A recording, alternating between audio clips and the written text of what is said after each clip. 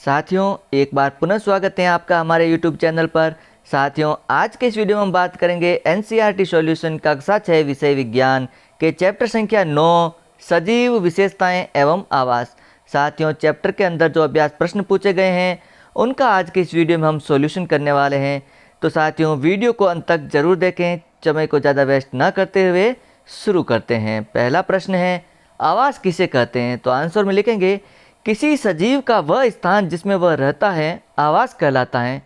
जीव अपने भोजन, पानी, हवा, आश्रय और अन्य जरूरतों के लिए अपने आवास पर निर्भर रहते हैं।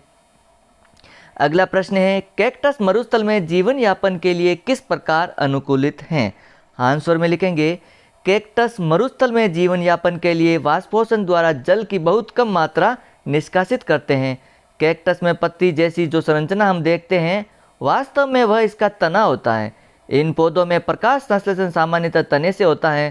तना मोटा, मांसल और हरा होता है, जिससे यह पानी को संग्रहित कर सकता है और प्रकाश संश्लेषण करता है।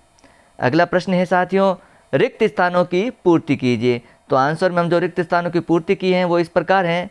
पहला है, पौधे एवं जंतुओं में पाए जाने वाले विभिन्न लक्षण जो उन्हें आवास विशेष में रहने योग्य बनाते हैं अनुकूलन कहलाते हैं। तो रिक्त स्थान में यहाँ पर अनुकूलन आएगा।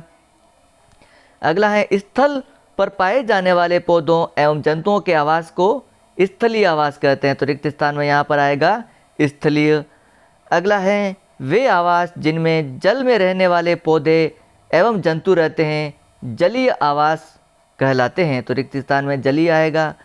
अगला है, मृदा, जल एवं वायु किसी आवास के अजैव घटक हैं। तो यहाँ पर रिक्त स्थान में अजैव आएगा।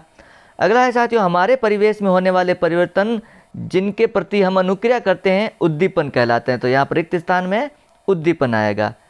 अगला प्रश्न है साथियों, निम्नलिखित सूची में से कौन सी सजीव निर्जीव वस्तु हैं? तो यहाँ पर जो सूची दी गई है वो है हल, छत्रक, सिलाई मशीन, रेडियो, नाव, जलकुंभी और केंचुआ। तो इनमें से जो निर्जीव हैं वो हैं हल, सिंचाई मशीन, रेडियो और नाव।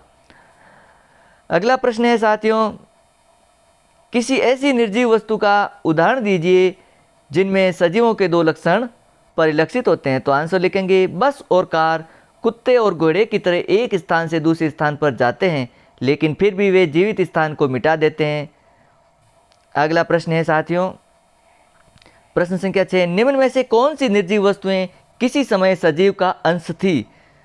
तो यहाँ पर जो लिस्ट दी गई है वो है मक्खन, चमड़ा, मृदा, ऊन, बिजली का बल्ब, खाद्य तेल, नमक, सेव और रबड़। तो इनमें से जो सजीव थी वो थी निर्जीव वस्तु वो थी मक्खन, चमड़ा, ऊन, खाद्य तेल, सेव और रबड़। अगला प्रश्न है साथियों, घास के मैदानी क्षेत्रों में रहने वाले जंतुओं को अपना अस्तित्व बनाए रखने के लिए तीव्र गति क्यों आवश्यक है? संकेत, घास के मैदान में छिपने के लिए वृक्षों की संख्या बहुत ही कम होती है।